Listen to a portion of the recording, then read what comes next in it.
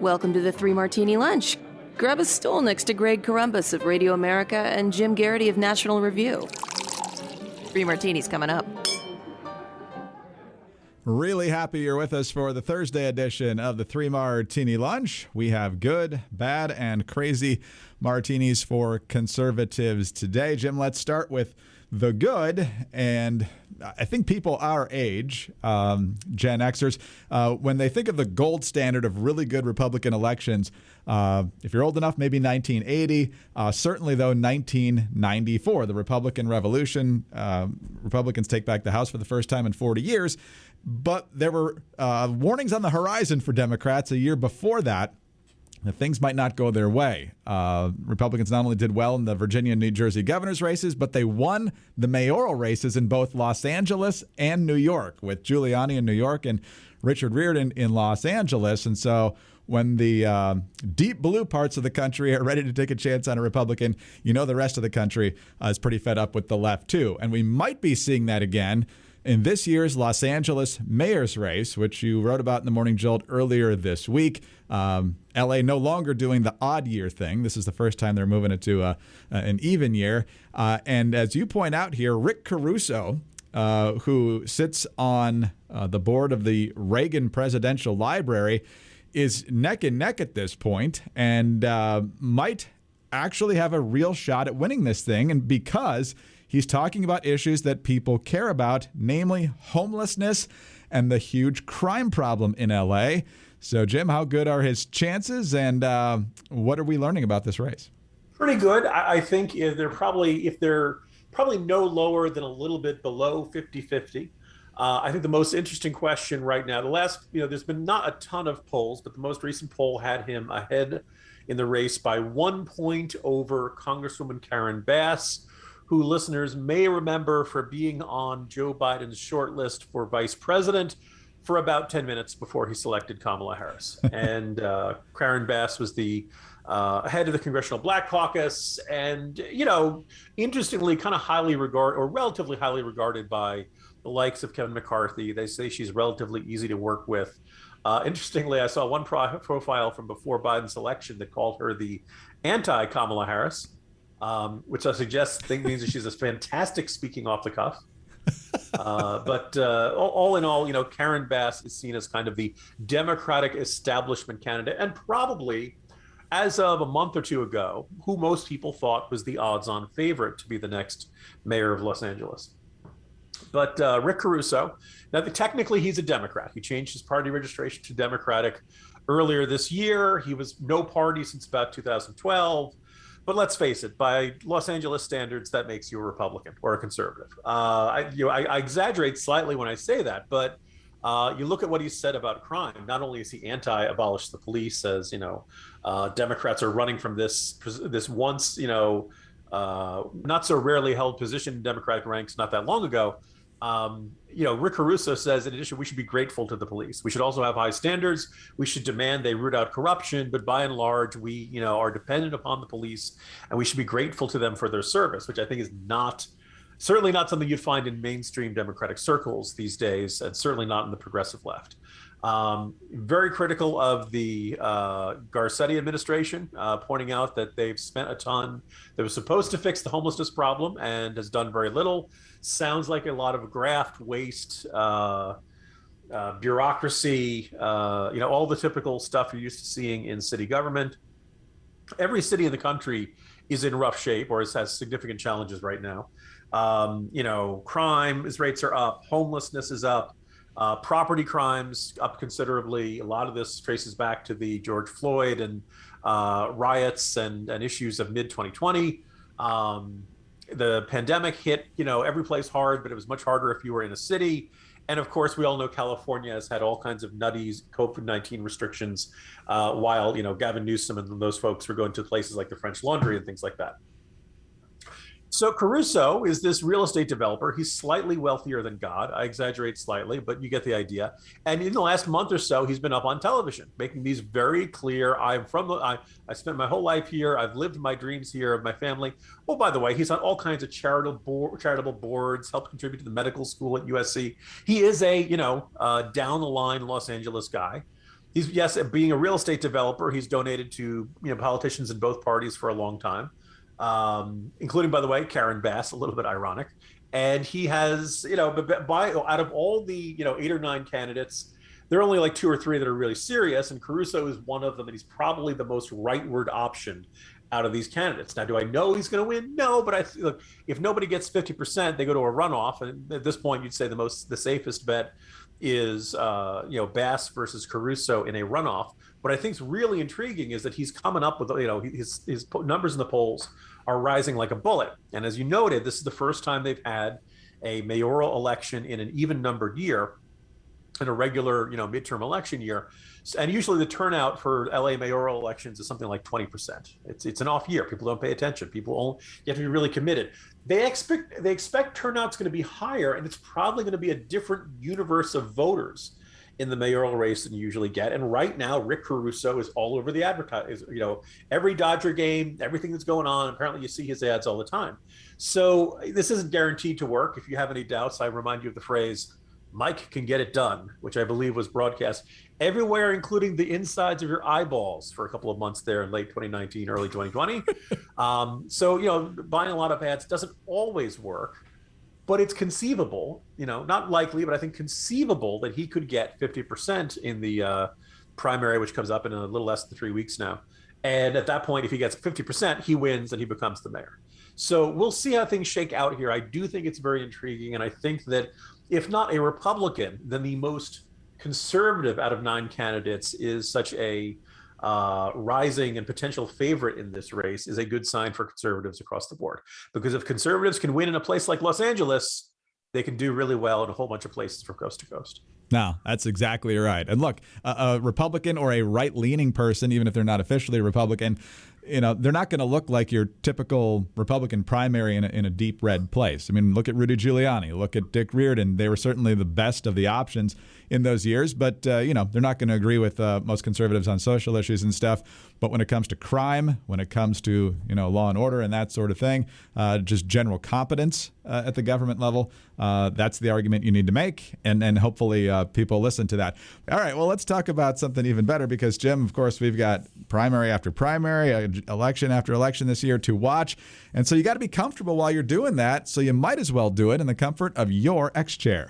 And many of us spend more time every day in our office chair than in our cars or beds. That's certainly true in the D.C. area. That's why it's so important to invest in the right chair to spend those hours with the right level of support and comfort to get the most productivity out of your day. XChair has made my time at my desk not only more productive, it's honestly my favorite place to sit for any reason. Not only does XChair's patented Dynamic Variable Lumbar, or DVL, offer the ultimate customized support, but my XChair can give me a massage or heat up or cool down. And now, thanks to the XChair's new FS360 armrests, I can adjust my armrest to the perfect position. All of these unique XChair features help the hours at my desk fly by in complete comfort. That's why I love my XChair. Go to xchairmartini.com now. That's the letter X, chair, MARTINI.com, or call 1-844-4XChair for $100 off your order. XChair has a 30-day guarantee of complete comfort, and you can finance your purchase for as little as $30 per month. xchairmartini.com.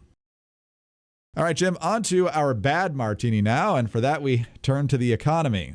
Yeah, the Dow was down more than 1,000 points yesterday, and the new press secretary told the press corps, we don't really pay much attention to that on a daily basis. Maybe they should. But no, our bad martini today officially is from Treasury Secretary Janet Yellen, who was at a conference in Germany. And she says, this is according to Axios is reporting now, that higher food and energy prices amid the war in Ukraine are leading to that Carter term, Jim, stagflationary effects, meaning stagnant economic growth and inflation. Yellen noted that spillover effects are part and parcel of Russia's invasion and the decision to respond to it via sanctions. Yellen added that efforts have been made to narrow sanctions to minimize the negative effect on the U.S. and its allies, and that steps to increase oil supply, such as releasing oil from the Strategic Petroleum Reserve, are intended to curb rising oil prices. Quote, certainly the economic outlook globally is challenging and uncertain, and higher food and energy prices are having stagflationary effects, namely depressing output and spending and raising inflation all over the world. She says that the United States, in many ways, is best positioned to meet this challenge. Here's the bogus part, Jim. She says, we're doing what we can to avoid further increases in energy prices. But, we also want to make sure that we wean Europe from dependence on Russian oil and gas. Bottom line, she says, these pressures are not likely to abate in the very near future. Obviously, they could be doing a lot more, particularly on the energy front. What do you make of Yellen's dire warning and her garbage explanation of what the administration's doing? I suppose that we should be thankful that the happy talk has stopped. There's no more claims of inflation being transitory, and no one's telling you, the hold music at the Department of the Treasury is no longer Bobby McFerrin's "Don't worry, be happy." They're now recognizing the deep economic problems there are. In fact, in the front page of the Wall Street Journal today, it's this giant, rather frightening headline: stocks drop based on fears of recession. Greg, it was back in November. National Review held an event. We had Kevin Hassett, who's written for us for a long time and who was President Trump's Council of Economic Advisors chairman. And he had said, I think we're going towards a recession, and that the GDP number was actually, pretty low, but still in positive territory for the most recent quarter at that point. They had a really big number for the fourth quarter of 2021. Everybody said, Kevin Hassett doesn't know what he's talking about. All these recessionary fears are nothing. And then we had a negative number for the most recent quarter. So now the question is, do we have one for this quarter? You may have noticed gas prices are very high, all kinds of complications for the economy. And if you have two consecutive quarters of declines in your GDP, technically that is a recession. It is no longer this crazy, far-fetched notion. People are looking at it and saying, wow, we've really got some serious rattles in the engines of our economy. Now, what to do about it? Did Russia's invasion of Ukraine complicate things? Yes, no doubt about that. But it is kind of intriguing how much this was, the Biden administration tried to go with Putinflation. Now, all of us can know the increase in gas, in not just gas prices, but all kinds of prices, started well before the late February Russian invasion of Ukraine. And, is that going to affect grain prices? Sure. Is that going to affect certain fuel prices, certain, fertilizer prices? Sure. But that's not the only thing that's driving all this stuff. And it does feel like there's a lot of times this administration feels like once they found a good scapegoat, their work is done. As long as they don't get blamed for the problem, they can rest easy, as opposed to actually trying to solve the problem. I think one of the recurring patterns we see with this administration is that, solving the problem, or the most immediate way to relieve the pressure from the problem, would mean doing something they don't want to do. I won't rehash everything they do on energy, but I'll make one that's maybe a little thornier problem. So during the Trump years, we enacted all kinds of trade sanctions on China. Listening to this podcast know that Greg and I are very often very critical of the Chinese government, and thus we are, at minimum, open to the idea of sanctions on China for unfair trade practices, use of slave labor, use of abusive labor, use of Uyghur labor and genocide, and all kinds of stuff like that. But one of the objects we put a sanction upon was truck chassis. What's exacerbating all of these supply chain issues over on the West Coast? They don't have enough truck chassis. So the question is, do you want to keep this sanction in place and not bring these things over from China and have a little more limited supply? Or if you want to relieve where all these, you're seeing the giant cargo containers get stacked up 5 high in all these shipping ports because there just aren't enough trucks to take them. In this case, does this trade policy cutting off our nose to spite our face? Maybe it would make sense to bring them over in order to relieve our pressures, particularly if we don't think these products are being made with Chinese slave labor or something like that. The baby formula crisis, as I think we've discussed earlier in this podcast. Look, Europe makes a lot of this stuff. European babies don't keel over and die. Allegedly, they're not up to FDA standards. Well, the Europeans have their own health and safety standards. And those health and safety standards are just fine in a bunch of these cases. It's been kind of fascinating to see this idea of, we got to protect American babies from this European baby formula. And, if they find it in your luggage, Customs and Border Protection are going to seize it. The U.S. has taken some steps in the last couple of days to say, okay, maybe we don't need all of these sanctions. Maybe the European stuff is safe and maybe we can bring it over here, particularly if there's this severe a shortage going on. If you are having these sorts of problems, very often, if you have a shortage of something, you have a problem in which you don't have enough of a thing that is important to make the rest of your economy go, the easiest solution is just bring it over from somewhere overseas. I know there's like, oh, we should be making this here in America. Biden loves to say, made in USA. Everything we do in this thing is going to be made in USA. Well, there's certain stuff we don't make anymore. And there are certain things where we're trying to redevelop or regrow our domestic production of these sorts of things, but it's not going to happen overnight. All of the steel, all of the concrete and stuff we want to do for transportation projects, all of the stuff we want to do for oil, we're going to want to put for asphalt because we want to make all these new bridges and roads and highways.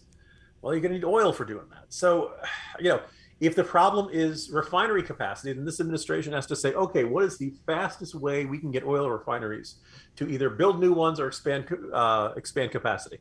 Oh, by the way, you can't just spring them up, presto changeo. They don't build it.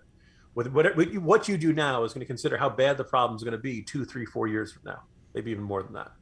So this entire shortage of long-term thinking, this entire shortage of this desperate spin to say it's not our fault, it's Putin's fault, that's not really going to make anybody feel any better when they're sitting there watching the numbers spin by rapidly as they're filling up their tanks for the rest of the year. No, the problems keep piling up and the solutions seem to be very elusive, especially for this administration, because they insist on the solution to everything being the pre-existing agenda, which are not factors in solutions and are actually exacerbating the problem, especially on the energy front. But they don't learn. All right, let's talk about something way better than that, and that is the great deals you can get. And with all the money you're trying to save right now with these soaring prices across the board, MyPillow is here to help, especially with their buy one, get one, BOGO Extravaganza. Buy one, get one free pricing on MyPillow bed sheets as low as $59.98. The Elegance MyPillows, get one free after you buy one for $49.98. 6-piece towel sets, $79.98. And the Roll and Go Anywhere MyPillows, $29.98. Greg, did you know that at this moment, people are betting at DraftKings whether I'm going to tell you about the 6-piece towel set or the Roll and Go Anywhere MyPillow? I know where my money is. Those bets in. And it is the Roll and Go Anywhere MyPillow, which you can use on your couch, your recliner, or in your car. They're versatile enough to take it with you on vacation or anywhere you go. They're available in multiple colors and patterns. They're machine washable, they're dryable, and they come with a 10-year warranty and a 60-day money-back guarantee. It's a buy one, get one extravaganza at MyPillow.com/martini. Bed sheets and MyPillows are just the tip of the iceberg. Find the full list of BOGO offers by visiting MyPillow.com/martini. Or call 800-874-0104. Stock up with buy one, get one free savings today and get Mike's book free with any purchase. MyPillow.com/martini or call 800-874-0104. MyPillow.com/martini. All right, Jim, on to our crazy martini now. And for that, we head to the morning jolt and yet another thing to keep our eyes on. This time back in the health arena. No, it's not a new COVID variant or anything quite like that. No, it's monkeypox. Those of us who are old enough, we remember the chicken pox, and of course, way back you had the smallpox. This is the monkeypox. There is now a case in Massachusetts, a confirmed case of monkeypox. The British have identified 9 cases this month, as you report. For those who have it, it's pretty nasty. I'm not sure what the death rate is, but you're dealing with, sorry for this, painful pus-filled blisters that take a couple of weeks at least to clear up.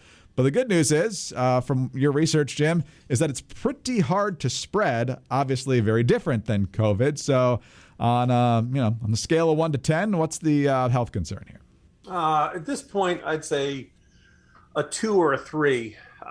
The only thing I would think about is, obviously keep your eye on this, and there are certain groups who are at higher risk and who should be more concerned. First of all, just an all-purpose general piece of advice: if you have some hives or some sort of skin reaction and you don't know what that is, maybe you should have a doctor check that out. That's just in general for any type of unusual marks on your skin or breaking out or something like that. But basically, unless you have traveled to various African countries where this type of virus is endemic, since 1970, it's been reported in Cameroon, Central African Republic, Democratic Republic of the Congo, Gabon, Ivory Coast, Liberia, Nigeria, Republic of the Congo, Sierra Leone, and South Sudan. Now, as you mentioned, there have been 9 cases in the UK, and I think what really disturbs people is that they can't trace a couple of these cases to someone else who has traveled to certain African countries. So you're hearing that phrase, community spread. One of the reasons I am not freaking out about this, And oh, by the way, I feel like this is a case where it's really important for those of us in the media to give the people the facts and not freak people out and not scream and not hit the panic button and let them know. Very, a lot of people might not know the U.S. has had a travel-related case of monkeypox twice back in last year. One was in Maryland in November 2021. One was in July. In none of those cases were there any secondary cases, no evidence of it being spread to anyone else. In the Maryland traveler was not hospitalized, was recovered in isolation.